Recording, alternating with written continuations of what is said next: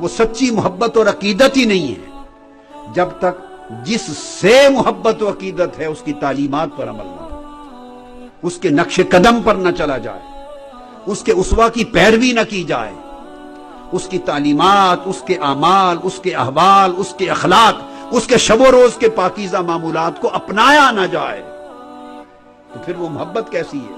ہماری محبت ایک دھوکہ بن گیا ہے۔ بدقسمتی سے ہمارے اس مسلک میں، اہل سنت والجماعت میں، ایسے لوگوں کی اور ایسے پیروں کی اور ایسے مشائخ کہلوانے والوں کی اور رہبر کہلانے والوں کی کوئی کمی نہیں ہے جن کا مطمع نظر فقط اپنی ذات کی پوجا کروانا ہے، اپنی جیبوں کا بھرنا ہے۔ وہ کھری بات اپنے طالبوں، شاگردوں، مریدوں کو نہیں کہتے، وہ جو آتا ہے اس کا بیڑا پار کرتے رہتے۔ جو محبت کر لے، جو بیعت کر لے، ہاتھ میں ہاتھ دے دے، نذرانہ دے دے، ہاتھ چوم لے، زیارت کے لیے آئے، سب کا بیڑا پار ہے۔ 1400 سال میں کسی اللہ والے نے یہ نہیں کہا جو میرا دامن تھام لے اور میری بیعت کر لے اس کا بیڑا پار ہے۔ یہ وہ فتنہ ہے جو اہل سنت میں داخل ہوا ہے، ہمارے عقیدے میں داخل ہوا ہے۔ یا تو دوسری طرف لوگ بالکل ہی منکر ہیں اللہ والوں کا دامن تھامنے سے، ان سے تمسک کرنے سے، ان کی برکت سے، ان کے توسل سے، ان کے فیوضات سے، یا تو لوگ بالکل منکر ہو گئے۔ وہ ایک انتہا ہو گئی، ایک اینڈ ہو گیا۔ اس انتہا پسندی نے لوگوں کو بد عقیدہ کر دیا اور بڑی بڑی برکتوں کے منابع سے، چشموں سے محروم کر دیا۔ یہ ادھر انتہا پسندی، اور ادھر ہمارے ہاں انتہا پسندی ہے، بے عملی کو رواج دیا۔ کوئی شخص پردے پر زور نہیں دیتا، ہاف سلیو چلے بیڑا پار ہے، سر پہ دوپٹہ نہ ہو بیڑا پار ہے، پیروں کے اور مردوں کے پاؤں اور ٹانگیں دبائیں بیڑا پار ہے، نماز پڑھیں نہ پڑھیں بیڑا پار ہے، شریعت محمدی کا حیا نہ کریں تب بھی بیڑا پار ہے۔ کیوں؟ آپ نے میرا دامن تھام لیا۔ کسی ولی اللہ نے نسبت کا یہ دھوکہ دہی کا معنی بیان نہیں کیا۔ اولیاء کاملین نے کسی نے یہ نہیں کہا میرے سلسلے میں آ گئے بس سارا بیڑا پار ہو گئے۔ یہ اس طرح بیڑا پار نہیں ہوتا۔ ایسا کہنے والے اہل سنت سادہ لوگوں کا بیڑا غرق کر رہے ہیں۔ اور یہاں آج تصوف کا نمونہ خود کو کہلانے والے کی تو گردنیں اکڑی رہتی ہیں۔ وہ ایک ایک انچ 3 انگلیوں سے زیادہ مسافہ نہیں کرتے، آنکھوں میں جعلی قسم کی سرخی لا کے جلال دکھاتے ہیں، منہ پہ مسکراہٹ نہیں آتی، تواضع انکساری کا نام نہیں ہے۔ یہ کیا تصوف ہے؟ یہ کیا معرفت ہے؟ یہ کیا طریقت ہے؟ یہ سب اولیاء اور صالحین کی خلاف ورزی۔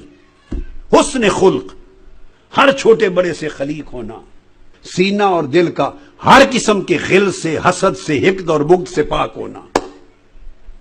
مریدوں اور شاگردوں کو نہ روکے کہ فلاں کو ملنے نہ جانا، فلاں کا درس نہ سننا، فلاں کے پاس کیوں گئے ہو۔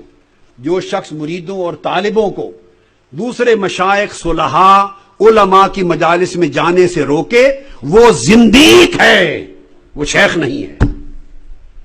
آقا علیہ السلام نے حضرت عمر اور حضرت علی کو فرمایا کہ اویس کرنی سے ملنے جانا، ان کی زیارت کرنے جانا، اور صحابہ ہزاروں میل کے سفر کر کے زیارت کرنے جاتے۔ کل تابعین، اتباع التابعین، اولیاء زندگیاں سفروں میں گزارتے، جہاں اللہ والے کی خبر ملتی ان کی مجلس میں جاتے۔ حضور داتا گنج بخش علی حجویری 300 سے زائد اولیاء کی زیارتوں اور ان کی مجلس اور صحبتوں سے فیض یاب ہونے کے لیے زندگی بھر سفر کیے۔ اور اب تصوف ٹی وی چینلوں پر آ گیا ہے، اب کپڑوں کے ناپ ہوتے ہیں، ٹی وی چینل پہ دم ہوتے ہیں، پیسے مانگے جاتے ہیں، جن نکالے جاتے ہیں، اور جہالت اس پاکستانی قوم کی اس سب کھیل تماشے اور ڈرامے کو وہ تصوف سمجھتے ہیں۔ لعنت ہے ایسے عملیات پر۔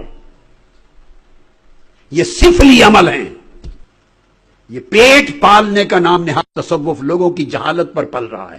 یہ تصوف لوگوں نے سمجھ لیا ہے، جو بات بیماری ہو وہ کہتے ہیں سایہ ہے، جن گھس گیا ہے، پری ہے، بیرونی دخل ہے، عملیات پہ شروع کرا دیتے۔ تصوف میں سفلی عملیات کا کوئی دخل نہیں۔ حضور غوث پاک نے کبھی سفلی عملیات کی بات نہیں کی۔ حضرت جنید بغدادی نے نہیں کی، خواجہ اجمیر نے نہیں کی، بابا فرید الدین گنج شکر میں نہیں کی. کل اولیاء صوفیاء کو پڑھ لیں. نہ وہ قمیض ناپتے تھے، لڑکوں کو بٹھاتے ہیں بچوں کو اور جنات کو حاضر کرتے ہیں اور انگوٹھوں میں پوچھتے ہیں بتاؤ اب آ گیا کیا بولتا ہے. یہ تصوف ہے. اور یہ سارے دندے اور کاروبار آپ مہیا کرتے ہیں. اخباروں میں اشتہار چھپتے ہیں بابا آ گیا، جنات نکلوا لو، کل عملیات کا بابا آ گیا. میرا فریضہ میرے بیٹوں میرے بھائیوں سچی بات کرنا ہے. کوئی ناراض ہوتا ہے تو 100 بار ہوتا پھرے، حق کی بات پر خوش ہوتا ہے تو ہوتا پھرے. میں نے اللہ رسول کو خوش کرنا ہے.